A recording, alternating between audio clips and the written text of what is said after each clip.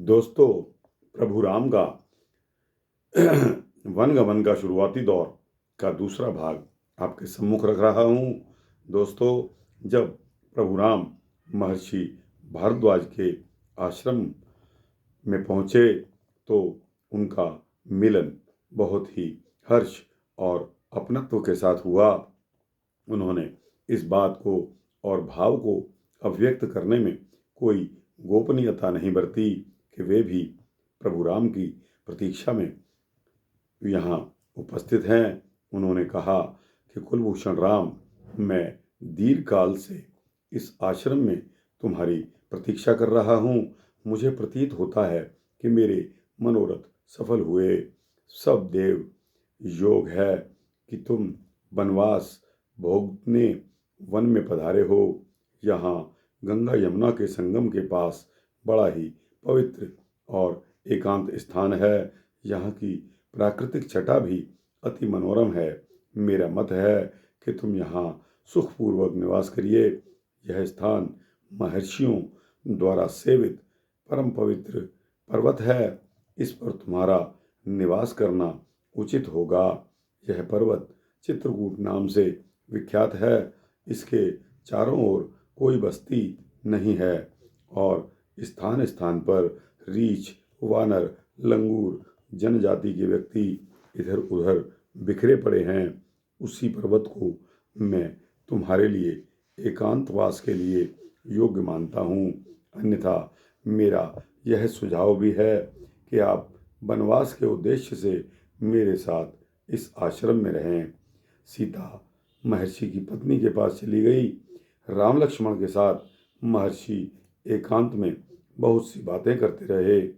दोस्तों, यह श्री मध्व वाल्मीकि रामायण के 50 सर्ग के 34वें श्लोक का अर्थ करते हुए लिखा है कि श्री रामचंद्र जी महर्षि के पास बैठकर विचित्र बातें करते रहे। दोस्तों, वह रात्रि तीनों ने ऋषि आश्रम में ही व्यतीत की। दूसरे दिन प्रातःकाल ऋषि ने उनके बताए स्थान पर जाने हेतु आज्ञा लेने जा पहुँचे। उनका आशीर्वाद प्राप्त करके चरण वंदना की तथा चित्रकूट पर्वत की ओर प्रस्थान किया। इस मध्य ऋषि ने उन्हें रास्ते के उन विशिष्ट चिन्हों से भी अवगत कराया जिससे वे सही रास्ते का पालन करते जाएं और अपने इंगित स्थान तक पहुंच जाएं।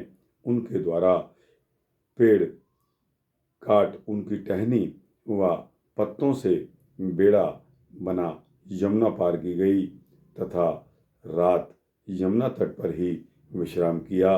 प्रातः नित्य कर्मों से निवृत्त होकर चित्रकूट पर्वत की ओर बढ़े तथा वहां पहुंचकर उन्होंने वहां की शोभा का आनंद लिया।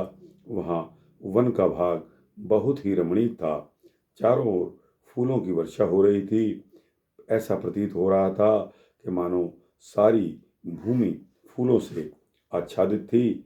वृक्ष फलों से लदे थे। चारों ओर मोर घूमते व पपीहे बोलते सुनाई देते। वृक्षों पर पुष्ट मधुमक्खियों ने शहद का भंडार एकत्र किया हुआ था। वह शिखर बहुत ऊंचा था। वहाँ स्थान समतल था। वहाँ सभी प्रकार के पक्षियों की चहचहाहट भी थी। वहाँ पहुंचकर सबको ऐसा लगा कि यही स्थान हमारे रहने के लिए सर्वथा योग्य है। यहाँ बहुत से महात्मा ऋषि लोग तपस्यारत हैं। हम भी यहीं रहेंगे। नीचे वह बह रही मंदाकिनी नदी का सलिल जल का सानिध्य पाकर तीनों को और भी हर्ष हुआ। वे नगर से दूर वन में आने के कारण विषय व सभी कष्टों को भूल गए। दोस्तों, इसके पश्चात जब राम गंगा पार हो गए तब निषाद राज से सुमंत बातचीत करके ठहर गए। जब उनके गुप्तचरों ने राम के चित्रकूट पहुंचने की सूचना दी तब वे गुह से विदा ले अयोध्या को लौट गए। नगर में प्रवेश पर बहुत से नागरिकों ने राम लक्ष्मण सीता के विषय में पूछा तो गंगा पार तक का किस्सा बताकर महल की ओर आगे बढ़ते चले गए। राजभवन में उदासी भरे शांत वातावरण को महसूस करते हुए वे सीधे महाराज दशरथ के पास पहुँचे तथा उन्हें प्रणाम किया। उसके पश्चात उन्हें राम द्वारा कही हुई सभी बातें तथा गंगा नदी तक का पूर्ण वृत्तांत उन्हें सुना दिया। महाराजा शोक से मूर्छित होकर जमीन पर गिर पड़े। सारे अंतःपुर में हाहाकार मच गया। उस समय सुमित्रा ने आगे बढ़कर उन्हें संभाला और बोला कि हे महाराज, पुत्र को वन भेजना अन्याय है। आपने यह कार्य कर तो दिया है, तब आप शोक किस लिए कर रहे हो? धीरे धीरे वे पूर्ण होश में आकर सुमंत से पूछने लगे कि तुमसे राम ने क्या कहा है।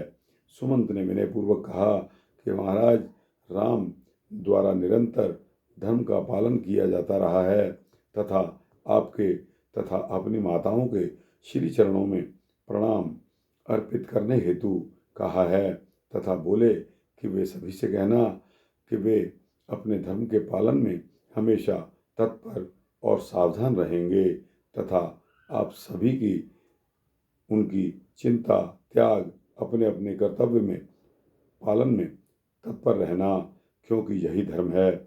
माता कैकेयी के प्रति कोई कटु भाव न रखते हुए उनके साथ हिल मिलकर प्रेम पूर्वक रहना।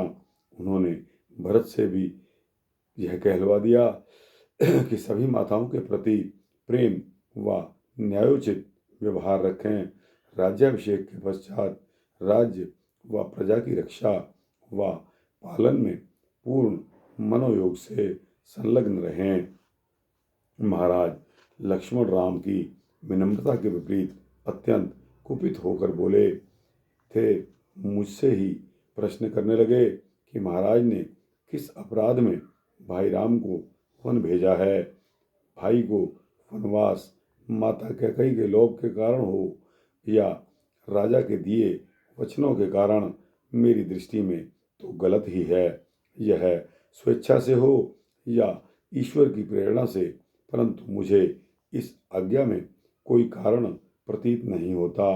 बुद्धि की कमी अथवा तुच्छता के कारण उचित अनुचित का विचार किए बिना यह जो शास्त्र के विरुद्ध कर्म कर दिया गया है, यह अवश्य ही निंदा व दुख का जनक होगा।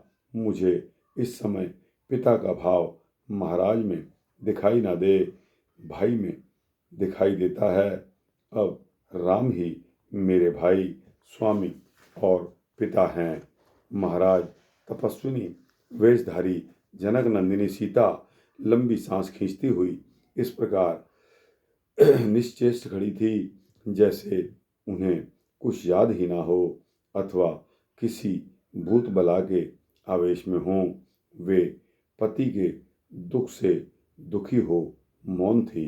उन्होंने मुझसे कुछ नहीं कहा। महाराज, मैं वनराज गुह के यहाँ कई दिन तक इसलिए रहा कि संभव है श्री राम मुझे पुनः बुला लें। हम लोग जहाँ से भी गुजरे सारा जनमानस उदास हो जाता था। चारों ओर ऐसा प्रतीत होता था कि पशु पक्षी पेड़ पौधे लताएं तक शोक से दुखी थी।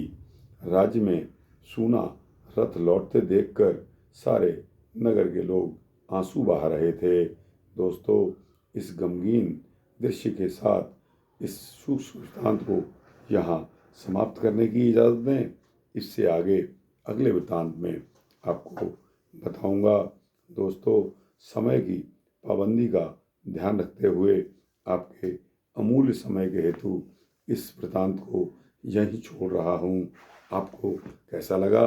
अच्छा लगा हो तो इसको लाइक और शेयर करें और इस चैनल को सब्सक्राइब करेंगे तो आपको ऐसे ही भक्ति वृत्तांत मिलते रहेंगे, ऐसा मेरा आश्वासन है। जय श्री सीता रामचंद्र भगवान की जय।